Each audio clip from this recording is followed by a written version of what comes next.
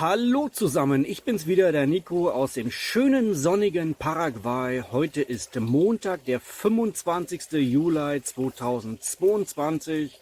Es ist kurz nach 14 Uhr hier bei uns und ich sitze bei meiner Vermieterin auf dem Grundstück, Stückchen weiter tiefer. Da ist so ein kleiner Bachlauf, da sitze ich jetzt gerade drin, kühle mir ein bisschen die Füße. Weil wir haben es jetzt hier im tiefsten Winter aktuell so um die 30 Grad und das ist doch ganz angenehm. Für den Winter kann man hier gut aushalten. Allerdings mal sehen, wie lange ich es hier aushalte, so lange bis mich die Moskitos wieder anfangen aufzufressen. Das ist definitiv etwas, was ich hier ganz schön unterschätzt hatte. Ich dachte mir, im Winter sind nicht so viele da. Aber weit gefehlt und die Viecher lieben mich definitiv. Und weiterhin gibt es hier im Winter wohl auch irgendwie kleine schwarze Fliegen mit schwarzen Flügeln. Und die lieben mich auch extrem. Die haben mir nämlich komplett die Beine zerfressen. Diese blöden Viecher haben so die Angewohnheit, so ein bisschen Fleisch rauszunagen aus einem. Dann bleibt ein klitzekleines Loch und das fängt dann auch irgendwann an zu jucken. Und ja, naja, da hatten sie mir halt die Unterschenkel, also die Waden, Schienbein, Füße zerfressen. Und da ich es nicht so mit diesen Anti-Mücken-Zeugs habe oder diesen Anti-Juck-Zeugs, habe ich natürlich auch angefangen, mir die Beine komplett aufzukratzen. Und naja, aber ist jetzt schon so gut wie verheilt, also der größte Teil zumindest. Und ja, was gibt's heute? Heute möchte ich ein ganz kleines Update geben und ich wurde gebeten, so einen kleinen Auswanderer-Vlog zu machen. So ungefähr hatte ich mir das zwar schon vorgestellt gehabt, das vorzuhaben, aber dazu gehört auf jeden Fall auch so ein bisschen die Information der Hintergründe meiner Auswanderung. Weil es mit Sicherheit dann wieder Leute geben wird, die dann der Meinung sind, hey, hier, der gibt den ultimativen Guide. Aber das kann ich definitiv nicht, das will ich nicht, das werde ich nicht, weil jeder hat eine andere Hintergrund und eine andere Situation. Und meine, denke ich mal, ist wahrscheinlich nicht ganz so alltäglich, aber naja, es lässt sich mit Sicherheit Parallelen ziehen. Updates. Bei meinem letzten Video, was ich dann hier wahrscheinlich nochmal verlinken werde, also hier oben irgendwo, zumindest bei YouTube, auf Odyssey geht das leider noch nicht, zumindest habe ich noch nicht gefunden, wie. Da habe ich ja erwähnt, dass ich auf der Suche bin nach einem Auto. Diese Suche hat sich jetzt erledigt. Ich habe jetzt eins gefunden, endlich mal. Ich habe es gekauft und darüber wird es auch ein separates Video geben, weil das war dann auch nicht ganz normal, so wie man sich das in Europa vorstellt. Und ja, morgen kommt ein Kranwagen, der dann die Pumpe der gemeinschaftlichen Wasserversorgung hier nochmal hochzieht und dann wollen sie das Kabel nochmal kontrollieren, eventuell reparieren, zur Not eventuell auch austauschen. Das heißt, morgen könnte es sein, dass nach über 3 Wochen dann das Wasser wieder fließt, das gemeinschaftliche Wasser. Und ja, dann schauen wir mal. Aber auch Paraguay ist, dass man sich hier untereinander hilft. So hat der Nachbar von dem Grundstück meiner Vermieterin angeboten. Die haben nämlich einen eigenen Tiefbrunnen. Hey, hier habt ihr einen Gartenschlauch, macht eure Fässer voll. Also jeder oder fast jeder hat ja so einen Hochtank bei sich stehen. Meistens so um die 500 oder 1000 Liter. Jetzt fangen sie schon an, mich aufzufressen. Ja, und der reicht dann natürlich so 3, 4, 5 Tage, wenn man ein bisschen sparsam damit umgeht, je nachdem, wie viel man braucht. Aber fließend Wasser ist doch schon eine angenehme Sache. Wird man erst feststellen, wenn man es nicht mehr hat. Ansonsten, ja, hoffe ich, dass hier die Hintergrundgeräusche nicht zu groß sind. Also hier vor mir in etwa 10 Meter oder 5 Meter Entfernung ist so ein ganz kleiner, möchte gern Wasserfall, also so 20 Zentimeter Höhe, und hier direkt hinter mir ist auch ein ganz kleiner, also es plätschert aus 2 Richtungen und ich plansche hier nebenbei auch noch ein bisschen mit meinen Füßen im Wasser. Sehr erfrischend, wie ich schon sagte. Aber das soll es jetzt zum Update sein. Ich war jetzt das Wochenende und davor schon mal ein paar Tage bei meiner Bekannten aus meiner letzten Reise. die sich auch hier in der Nähe niedergelassen hat, sich ein Grundstück gekauft hat und sich jetzt eine ehemalige alte Scheune zum Haus umbaut, sehr vieles selber macht.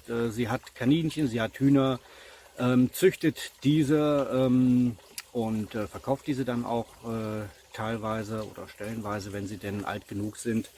Ja, und da haben wir so ein bisschen was gebastelt, gemacht, getan, ein paar nette Tage verbracht und schön am Lagerfeuer gesessen, Marshmallows gebraten.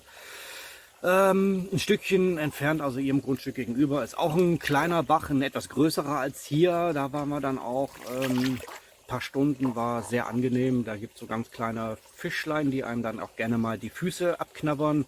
Werde ich mal hier einblenden.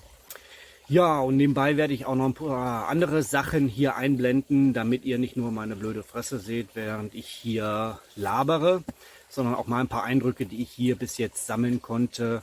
Also ein paar Fotos und kurze Sequenzen vielleicht. Mal schauen, was ich habe. So, wer bin ich? Was mache ich hier? Und wenn ja, warum nicht? Ganz einfach, ich bin der Nico. Ich heiße tatsächlich so, so wie ich es schon immer gesagt habe. Ich bin aktuell 47 Jahre und ich bin vor etwa 4 Wochen, also morgen werden es 4 Wochen, als ich gelandet bin, nach Paraguay ausgewandert. Und den Entschluss dazu, also den definitiven Entschluss dazu, habe ich vor mehr oder weniger genau 2,5 Jahren getroffen, nämlich als ich mit meiner Bekannten aus dem letzten Mal, die ist auch in 1, 2 Videos zu sehen, so ein paar Tage verbracht habe und festgestellt habe, hier lässt es sich tatsächlich aushalten und hier ist es schön, hier möchte ich meinen Lebensabend verbringen. Wo genau ich mich niederlassen werde, weiß ich noch nicht. Das wird das nächste Projekt sein, worum ich mich kümmern werde. Wer bin ich? Ich hatte damit angefangen, Nico, 47 aktuell und alleine ausgewandert nach Paraguay vor 4 Wochen, also Ende Juni 2022 ging es für mich los. Die Idee war schon länger da, nur der Entschluss war halt bei der letzten Reise dann definitiv gefallen. Die letzte Reise, die ich dann auch gefilmt hatte, die war für mich echt der Test, ob man es hier erstens länger aushält und zweitens auch im Hochsommer, weil Hochsommer ist hier Januar, ne, Südhalbkugel, weil deshalb sind auch die Jahreszeiten verdreht und wir sind hier im tiefsten Winter aktuell und Deutschland im besten Hochsommer, aber soweit ich weiß auch nicht großartig andere Temperaturen als hier bei uns. Okay, ein bisschen wärmer, aber gut. Warum bin ich ausgewandert? Nun, viele, die jetzt ausgewandert sind, haben die Schnauze voll von Deutschland, von der Politik, von den Politikern, von den Corona-Maßnahmen. Und mein Entschluss ist ja schon vorher gefallen.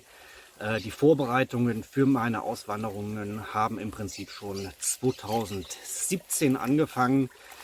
Da sind wir damals noch mit meiner Frau hierher gereist, haben die Papiere gemacht, also die Cedula und die Permanente. Na, andersrum, erst die Permanente, dann die Cedula. Ohne Permanente gibt es keine Cedula, also den Personalausweis. Und Anfang 2018, ja so im März oder Mai oder sowas war das, als wir dann das zweite Mal hier waren und dann unsere Papiere abgeholt haben. Das waren allerdings nur relativ kurze Reisen, einmal 2 Wochen, einmal 10 Tage. Das ging leider von meiner Arbeit her nicht anders, da habe ich nicht länger frei bekommen. Und ja, schon damals hatte ich erkannt, dass unsere lieben Politiker Marionetten sind, von Industrie und Lobbyismus getrieben und gesteuert. Und da wollte ich rausfliehen. Deshalb war es mir auch extrem wichtig, aus der EU rauszukommen. Weil ich auch mit der europäischen oder hauptsächlich eigentlich mit der europäischen Politik bzw. der Politik der EU, den Vorschriften, Normen und dem ganzen Verwaltungs- und Bürokratenaufwand die Schnauze voll hatte und ich definitiv aus diesem Hamsterrad, in dem man sich ja meist befindet, ausbrechen wollte. Wenn jemand nicht weiß, was ich damit meine, Hamsterrad ist für mich die Tatsache, dass man arbeitet, um zu leben und lebt, um zu arbeiten. Und meistens ist es mehr so, dass man lebt, um zu arbeiten. Und um da rausbrechen zu können, hat es in meinen Augen nur eine Möglichkeit gegeben. Ich musste komplett raus aus dem System, einen totalen Break machen. Und das habe ich gemacht, indem ich halt alles hinter mir abgebrochen habe, einen sauberen Schnitt gemacht habe, meine Firma aufgelöst habe. Das läuft jetzt noch, die letzten Formalitäten laufen jetzt noch. Und dann ist das auch Geschichte. Das ging leider nicht schneller, weil ich eine GmbH hatte und da ist ein Sperrjahr und das habe ich zu spät angefangen. Deshalb läuft das jetzt noch so ein bisschen aus, aber ich muss nicht mehr persönlich irgendwo erscheinen. Den Rest kann ich alles online machen, beziehungsweise muss meine Steuerberaterin machen. Aber egal, das führt jetzt hier zu weit. Ja, ich bin aufgewachsen im Osten, also in der ehemaligen DDR. Hatte da das Glück, dass meine Eltern einen Garten hatten und da habe ich mich immer am wohlsten gefühlt.